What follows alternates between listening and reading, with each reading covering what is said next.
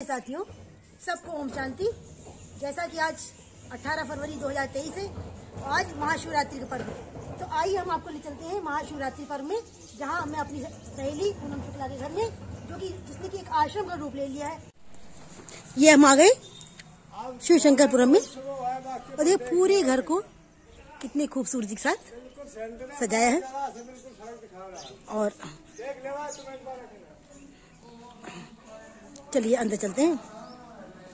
सब भाई लोग आ चुके हैं। अभी 9 बजे से कार्यक्रम स्टार्ट होगा और सब तैयारी में लगे हुए हैं। गुब्बारा सज गया है। हमारे भोलेनाथ भी आ गए हैं तैयारी में। ये हमारे बीके भाई, इन्होंने आते ही तैयारी प्रारंभ कराई। गुब्बारा फुलाया, उसमें टॉफी वगैरह भरी। आगे तो सेलिब्रेशन में आप लोग को दिखाएंगे ही। इस बार चलते बाबा कमरे में चलते हैं।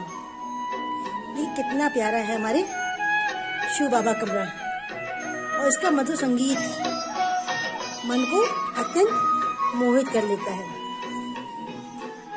ये हमारे प्यारे ब्रह्मा बाबा, जिनके तन में आते हैं शिव बाबा। भक्ति और ज्ञान दोनों का ही बहुत ही शानदार संगम हो रहा है। सेवा करने के लिए बहन भी आ गई है और थाली वगैरह हमने सजा दी थी। बहन ने कैंडल लगा के इसे खूबसूरत भी बना दिया है। आगे का नजारा तो हम आप लोग को दिखाएंगे ही। बाबा की गद्दी बिल्कुल तैयार है। कुछ ही देर में हमारी पूनम बहन आएंगी, उस पर विराजमान होंगी और हम सब लोग को बाबा का पत्र, जिसे कि मुरली कहते हैं, जो 4 पेची होती है, जिसके माध्यम से हम लोग को जीना सिखाया जाता है, राजयोग सिखाया जाता है, वो हम आपको दिखाएंगे और सुनाएंगे भी। ओम शांति। कितनी खूबसूरती के साथ पूरे छोटे से आश्रम को सजाया गया है।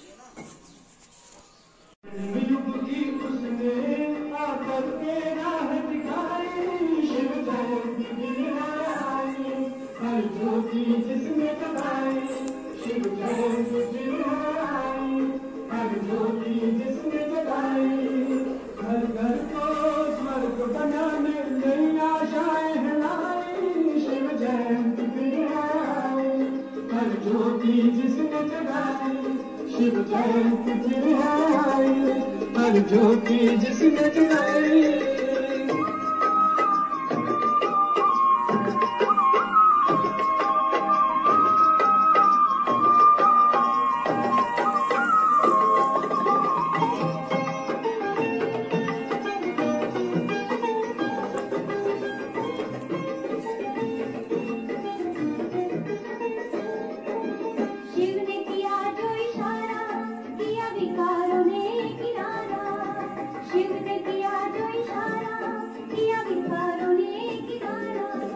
पवित्रता की उसने पाकर के राह दिखाई।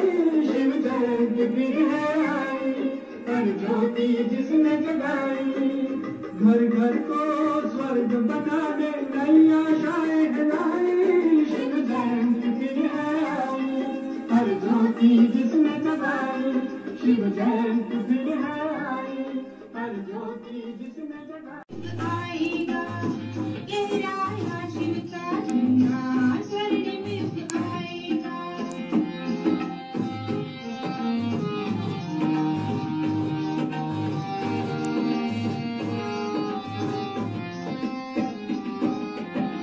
देर नहीं है, दूर नहीं, अब सतयुग आया सिया।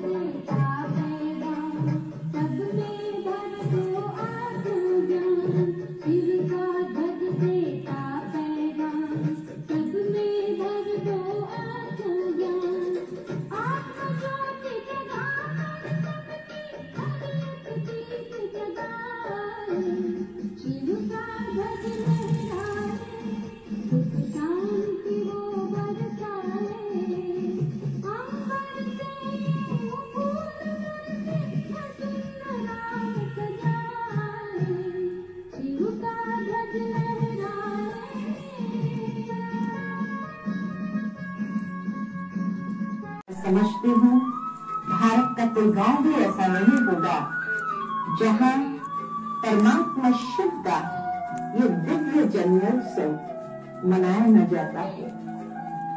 प्रजापिता ब्रह्मा कुमारी ईश्वरीय विश्वविद्यालय में भी इस साल 85वीं शिव जयंती के रूप में हम सभी सेलिब्रेट कर रहे हैं।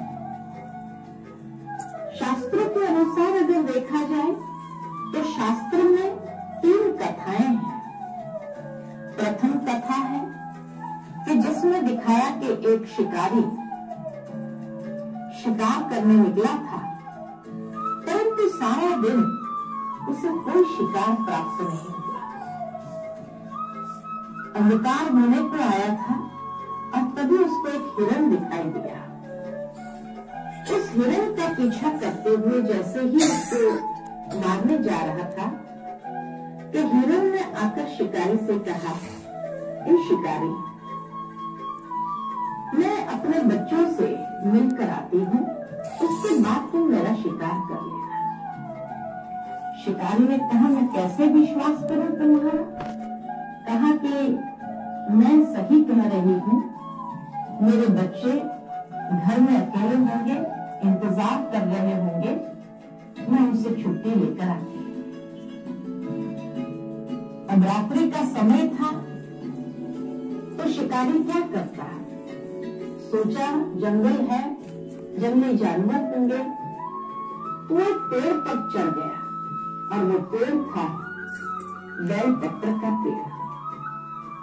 उस पर चढ़ गया, सोचा जब तक हिरण आवे तब तक मैं इस पेड़ पर ही बैठ जाऊं, परंतु कहीं नींद न लग जाए और नीचे गिर गया तो कोई न कोई जानवर शिकार कर लेगा उसका।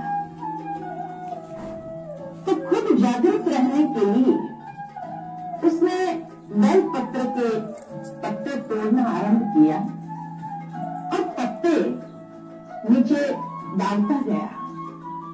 ठंडी के दिन थे, कांप रहा था ठंडी के मारे, तो मुख से शिव शिव शिव निकल रहा था और नीचे पेड़ के नीचे एक शिवलिंग था। तो उस पर बेल पत्र पड़ते गए। सुबह होने को ही आई और जैसे उसने देखा कि हिरण सामने आ रहा है, नीचे उतरने लगा, उसी समय शिवजी प्रकट हुए उसके सामने और कहा, तुमने सारा दिन उपवास भी किया, सारी रात मेरी भक्ति भी की, बेल पत्र भी इतने लाखों चढ़ाए मेरे ऊपर, और जो है सारी रात जागरण किया, इसीलिए तुम मांगो जो मांगोगे मिल जाएगा।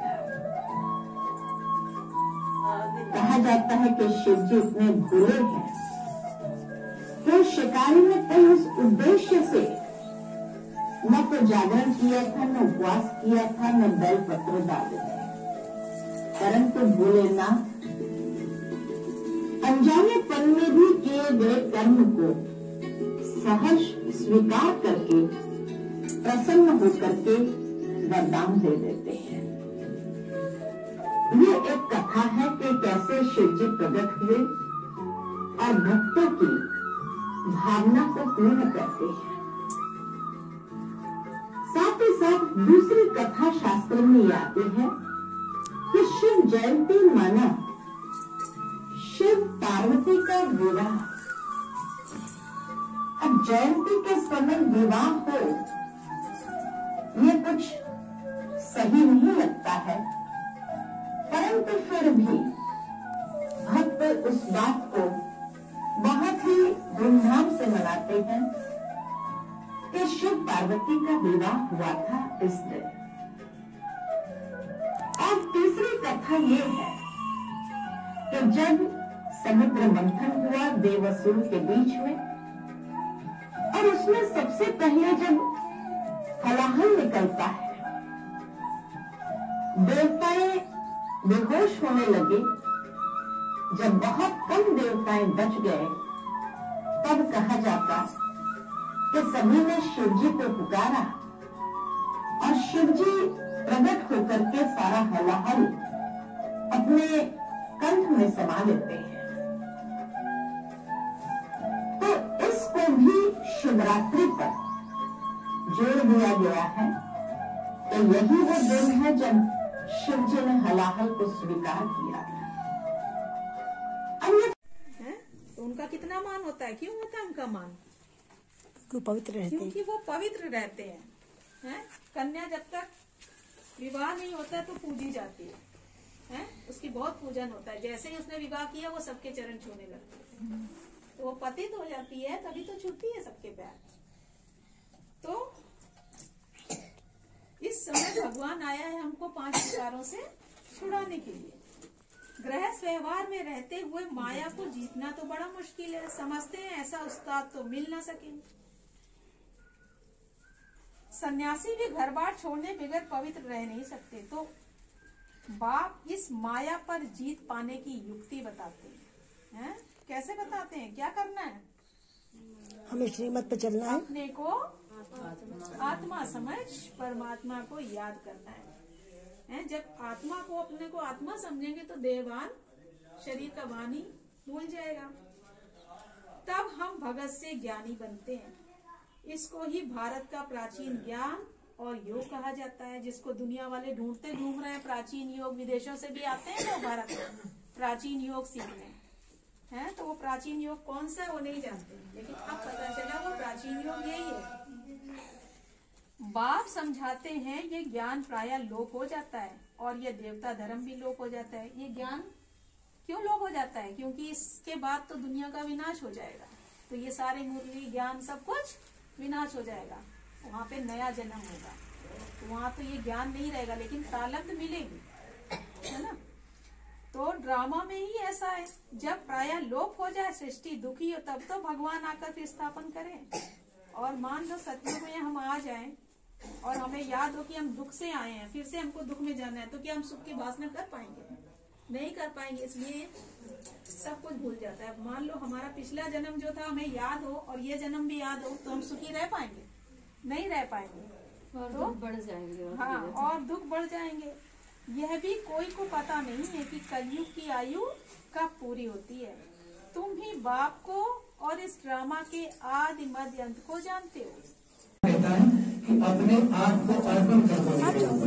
ये है इसका मतलब। जो हम देते हैं श्रद्धा समझ नहीं है, हम अपने को तन मन धन हर तरह से उनके ऊपर अर्पण कर देते हैं। भगत लोग क्या करते हैं? भांग बिचूड़ा वगैरह चढ़ाते हैं, उनको सही नहीं। इसका जो आध्यात्मिक रहस्य है लोगों को नहीं पता है। प्रभु कहते हैं कि तुम्हारे अंदर जितने काची फूल पत्ते भांग आग सब लेकर प्रभु को अर्पण करते हैं, उनको ये नहीं पता होता। अगर वो केवल प्रभु के ऊपर ये अर्पण करने से उनके अंदर क्या सुधार होगा? कुछ नहीं होगा। अपने अंदर के विकारों को बुराइयों को उनको अर्पण करेंगे तब अपने अंदर सुधार होगा। इसीलिए उद्धार तो सारी दुनिया का होना है, सभी का उद्धार होना है। तो मनुष्य बहुत दुखी है क्योंकि अभी है कलयुग का अंत, तो सभी का सहायक बनते हैं, तो सारी दुनिया का ही उद्धार हो जाता है। फिर भी अक्षर है ना, आम और खास। तो खास और आम सारी दुनिया, खास हम बच्चे। तो खास भारत का है और भारत का उद्धार होता है, क्योंकि भगवान कहाँ आते हैं? भारत में आते हैं। उनसे भी खास जो बहुत जन्मों के अंत के जन्म में आकर बाबा से मिलते हैं, बाबा का बच्चा बनते हैं। अर्थात जो पहले पहले सृष्टि पर आते हैं। तुम बच्चे जानते हो तो कैसे सबका सहायक आकर बनते हैं? ब्रह्मा मुख वंशावली कहा जाता है, लेकिन ब्रह्मा मुख वंशावली तो है, लेकिन कब बने, कैसे बने? तो वो इस समय संगम के समय स्वयं जब परमात्मा आते हैं तो ब्रह्मा के, क्योंकि शिव जो है वो निराकार है, उनका कोई आकार शरीर नहीं है, तो वो एक तन का आधार लेते हैं जिसके द्वारा हम ब्राह्मणों को अडॉप्ट करते, गोद लेते हैं, अपना बच्चा बनाते हैं। तो तब हम कहलाते हैं ब्रह्मा मुख वंशावली। तो यहाँ पर भी 7 दिन का कोर्स होता है, उसके बाद हम बाबा का बच्चा बन जाते हैं। जैसे घर में कोई बच्चे ने जन्म लिया तो वो अपने माँ बाप के सारे वर्षा के अधिकारी बन गया, तो यहाँ पर भी जैसे ही हमने परमात्मा के साथ पिता का संबंध जोड़ा तो हम उसके वर्षे के अधिकारी बन गए। तो 21 वर्ष का वर्षा क्या है? विश्व की बादशाही। तो वह है सभी का सहायक। तो बाबा कहते हैं क्योंकि सिर्फ ब्राह्मण कुल भूषण अर्थात नई मनुष्य सृष्टि की संप्रदाय जिन्हें परम पिता परमात्मा ने अपना बनाया या जन्म दिया वही जानते हैं, क्योंकि पहले पहले इस सृष्टि में वही ब्रह्मा द्वारा जन्म लेते हैं। तो जैसे तुमने पहले पहले जन्म लिया है परम पिता परमात्मा से, तो वह सभी का सहायक, सारी दुनिया का सहायक, सभी के दुख दूर करने के लिए तो आए भगवान।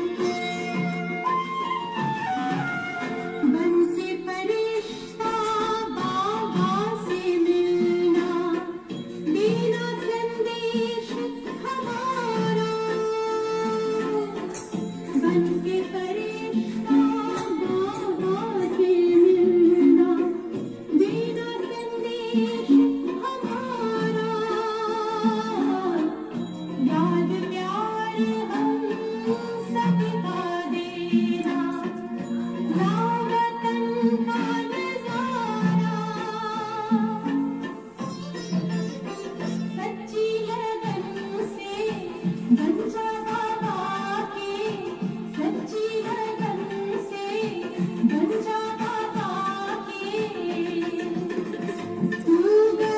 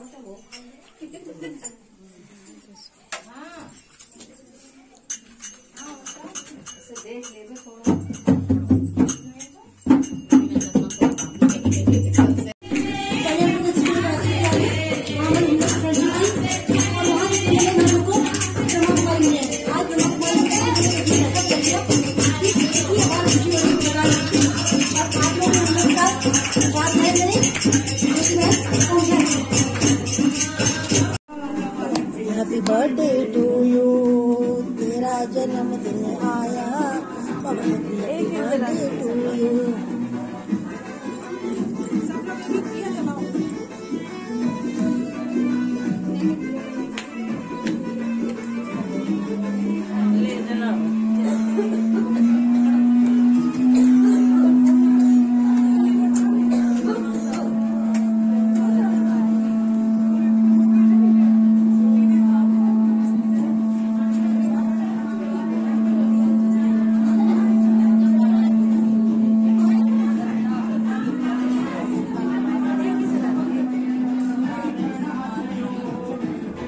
ज्योति मैंने अपनी लाई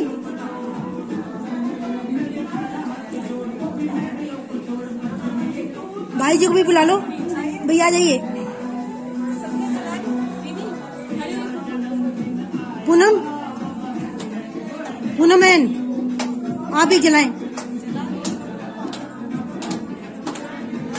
पूनम, पूनम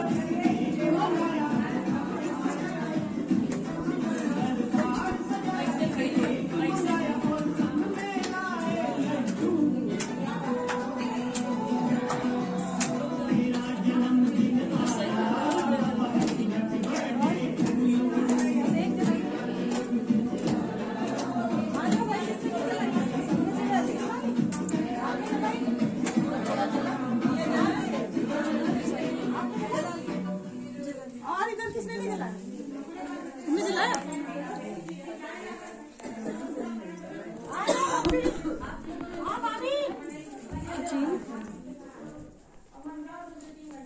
भी अपनी आत्मा की जोत जगा लें।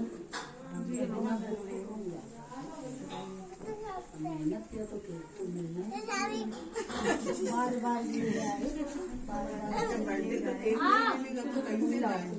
बाबा से मिलते रहे हजारों बार। ओम शांति।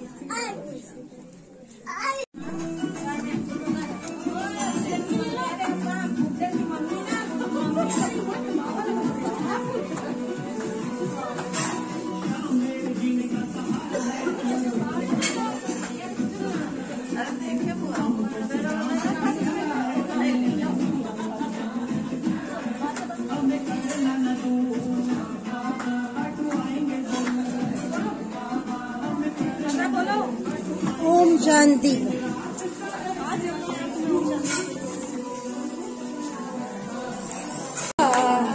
हैप्पी बर्थडे टू यू, तेरा जन्मदिन आया। Happy birthday to you.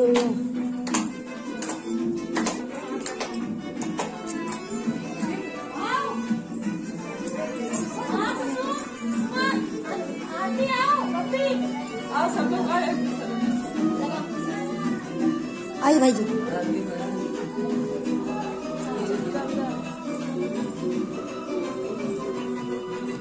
सब मिलकर हम बाबा का बर्थडे मना रहे हैं।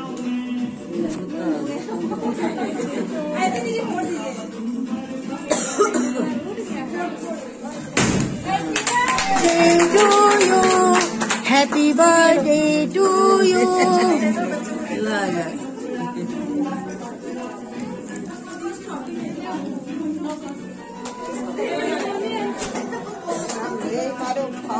अर्पित उसके लिए।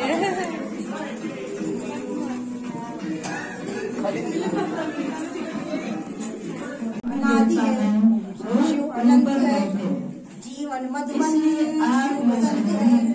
मधुबन का स्वयं श्रृंगार करता, मधुबन का स्वयं श्रृंगार करता। हर कली हर फूल से ये प्यार करता, हर कली हर फूल से ये प्यार करता।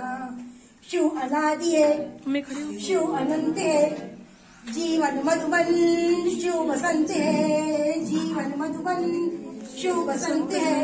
मधुबन का स्वयं श्रृंगार करता, मधुबन का स्वयं श्रृंगार करता। हर कली हर फूल से प्यार।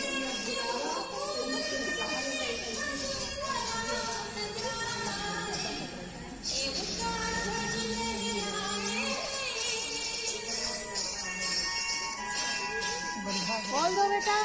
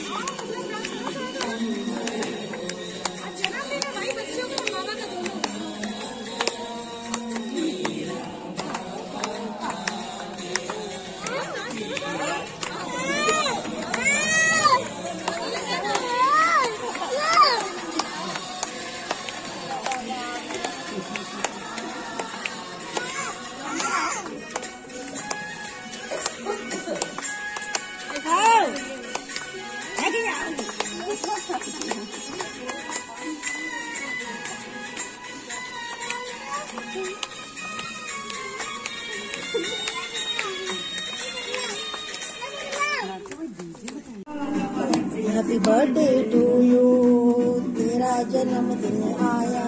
Happy birthday to you.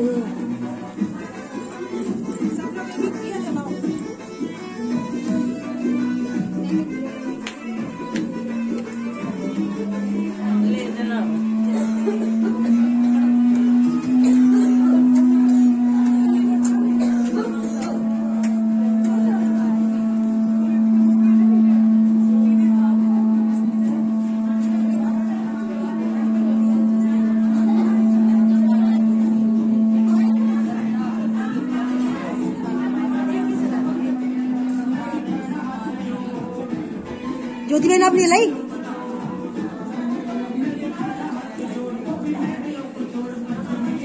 भाई जी को भी बुला लो, भैया आ जाइए। पूनम, पूनम बहन आप भी जलाएं। पूनम, पूनम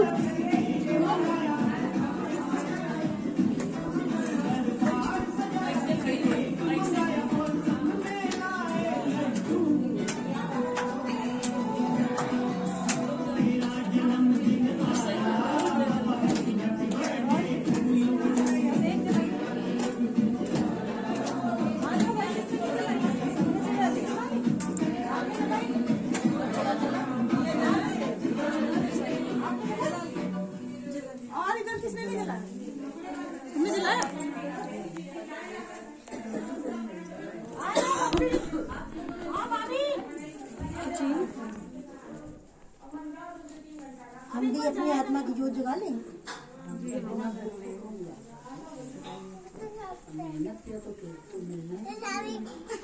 बार बार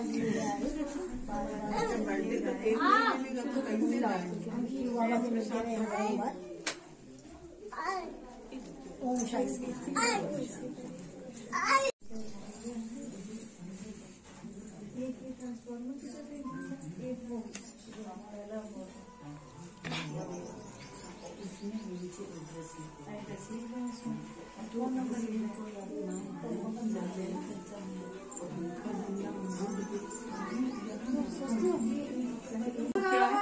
सुख के उनको चाहना नहीं है, सुख उनको नहीं चाहिए, क्योंकि उनको नहीं मालूम है सुख होता है, सुख होता है क्या उनको नहीं मालूम।